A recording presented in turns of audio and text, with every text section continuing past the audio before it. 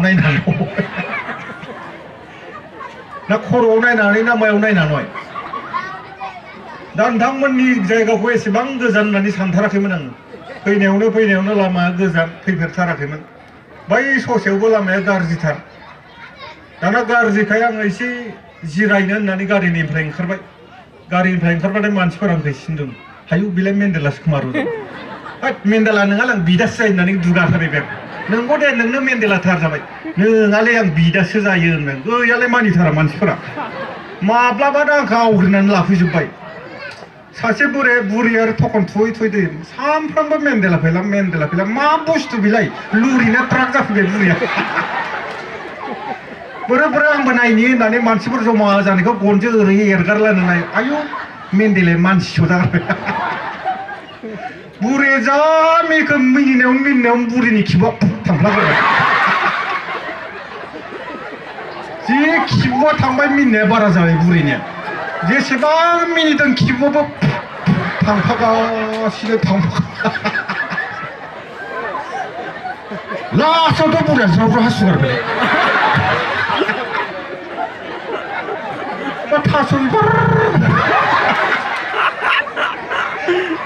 बिबार जादोंमोन खोमालाय बुरिया खायसे न'खराव थास' बिबारनि आसार थायोना हासु नुबाय नालाय बा थास' बिबार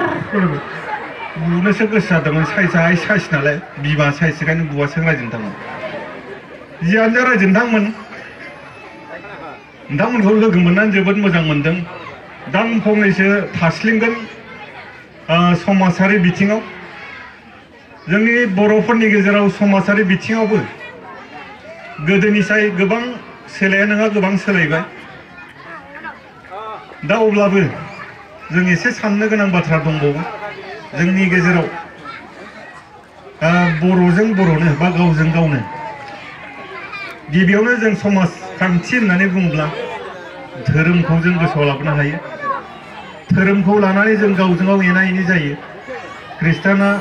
ब्रह्मनियाव थाङा ब्रह्मआ कृष्ण गुरुनाव थाङा कृष्ण गुरुआ बाथौनाव थाङा दा बेफोरनो जोंनो समाजनि गेजेराव गोरोबलायनायखौ गाज्रि खालामो बेखायनो गिबियावनो जोंनि समाजखान्थि होनना बुङोब्ला जोङो धोरोमखौ लाबोनो हायो बेखायनो आं गासैखौ बुंनो लुगैयो धोरोमा जोंना गुबुन जियानो जायाथों मानो ख्रिस्टान लाबाबो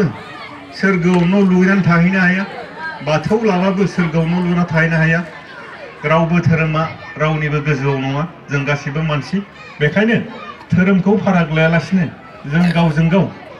सिगां खौसे जाग्रोनो हानांगोन अब्लासो जोङो समाजनि थासारिखौ फोसाबनो हागोन खौसेथिखौ लाबोनो हागोन बे जाबाय जोंनि समाजारि गावजों गाव गोरोबना थानायनि धोरोमा मोनसे खौसेनि बान्दोल' रावबो रावखौबो गोजौआव लाङा रावबो रावखौबो गोजौआव दैथायहरा बेखायनो धोरोमा जाबाय खौसेनि बान्दो बेखायनो धोरोमखौ लानानै जोङो गुलाय गुजाय जानो नाङा जियानो जा रायजो नोंथांमोना जानो हागौ सोरहाबा ओंखाम संहैनांगौ मोनाबाय सोरहाबा मोसौबो लायनांगौमोन खोमा मोनाबाय आं आसा खालामदों आरसिया जि थांखिखौ लानानै आंखौ लाबोदोंमोन बे थांखिया जाफुंदों मानो होनबा आलासि बिथांमोननि जि बिबुंथि बे बिबुंथिखौ नोंथांमोना खोनासंनो मोनबाय गोदो आं फैयोब्ला उन्दै समाव आं बे जायगायाव फैदोंमोन लामाफोराबो एसेबां मोजां नङामोन बै खनायाव फांसे फाख्रि बिफां दंमोन दासो एसे स्रां जाबाय गोदोथ' मोसा मोसौ मैदेर ब्लिउ ब्लिउसोमोन बे समाव नोंसोर रावबो गैयामोनलै उन्दै दाउदैयाव दंना गैयामोनथाय बेयाव सासे मानसि दंमोन नांगोल जोंख्लाबनाय जानो हागौ बेयाव मिथिनाय रावबो गैला सारमोनाबो नुस्लाबासै रावबो गैला बेयाव नांगोल जोंख्लाबनाय बेयाव गेजेर गेजेर इंराजफोर फैयोमोन नोंसोरथ' रावबो मिथिनाय नङा नांगोल जोंख्लाबा दहाय एसे नुदोंमोन आं खनायाव दंमोन थांबाय बे लथारसै दाना बे समाव आंबो गेजेराव खनसे फैदोंमोन लामा सामाफोर बायदि गैया ब्लिउ ब्लिउ मोसा मुफुर दानिया सानसेखालि बे नांगोल जोंख्लाबा लामाजों हालेवनो होननानै थांबाय बे हालेवनो थांनाय समावनो मोनसे बेसाद मोनदों बियो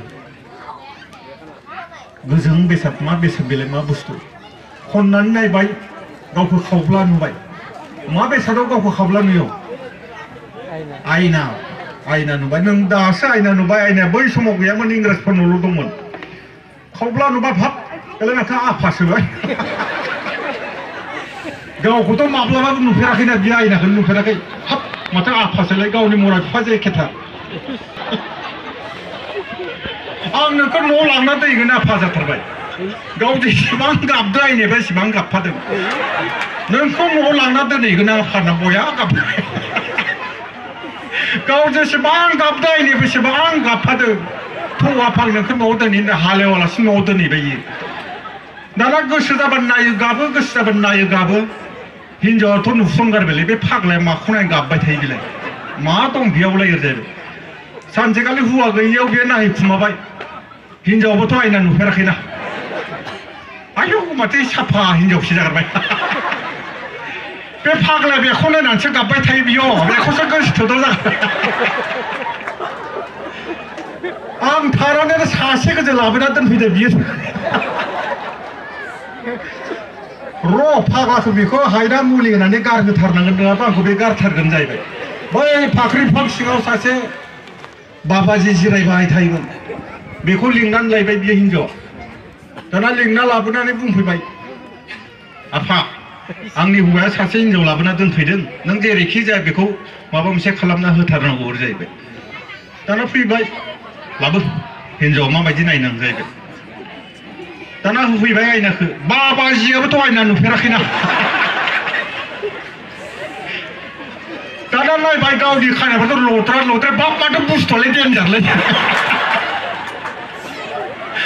माथो आंनिखौसो देन्जारसिन आंथ' बेफोरबायदि बुस्थुखौनो नुफेराखैमोन आं हानाय नङालाय बेखौ आं हानाय नङा होननानै खिथौ खिनानै बहत बे जाय समनिफ्रायनो बे जायगाखौ आयेन होननानैसो मिथियोमोन रायजोफोर दासो मा गामि होनना मिथियो टेङाजार दा टेङाजार गोदो आयेन होननासो मिथियोमोन बे जायगाखौ दासो टेङाजार होननानै मिथिबाय जियानो जा रायजो नोंथांमोन लोगोथ' मोनबाय थागोन अब्लाबो मोनसे बेसादखौ आं एसे थास्लिमबावनि जोंनि समाजाव नांगौ हिसाबै रांखान्थि फारसे बुङाब्ला जानाय नङा दिनैनि दिनाव जों नोंथांमोना मिथिगौ जों